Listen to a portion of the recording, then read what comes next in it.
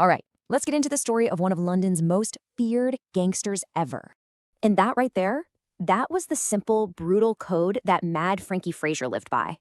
Born back in 1923, his life of crime started when he was just 10 years old. In the end, he'd spend a staggering 42 years of his life behind bars. So, in the 50s, Fraser was the go-to enforcer for London crime boss Billy Hill.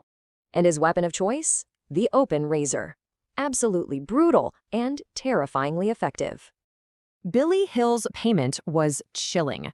£1 for every single stitch a rival got. Hill would even check the papers for the hospital report before he'd pay up. But then the 60s hit. London's underworld was changing, and Fraser saw it coming. He switched sides, ditching Hill for the Richardson gang. This was a whole new level of sadistic. With the Richardsons, the razors were gone. Now it was all about systematic torture. And this is where he got his most terrifying nickname, the dentist. The process itself was just chilling. Pliers, then electric shocks from an old field telephone.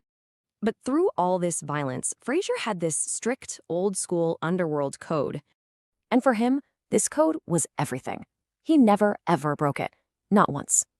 I mean, he was shot in the head in '91 and still told the cops nothing.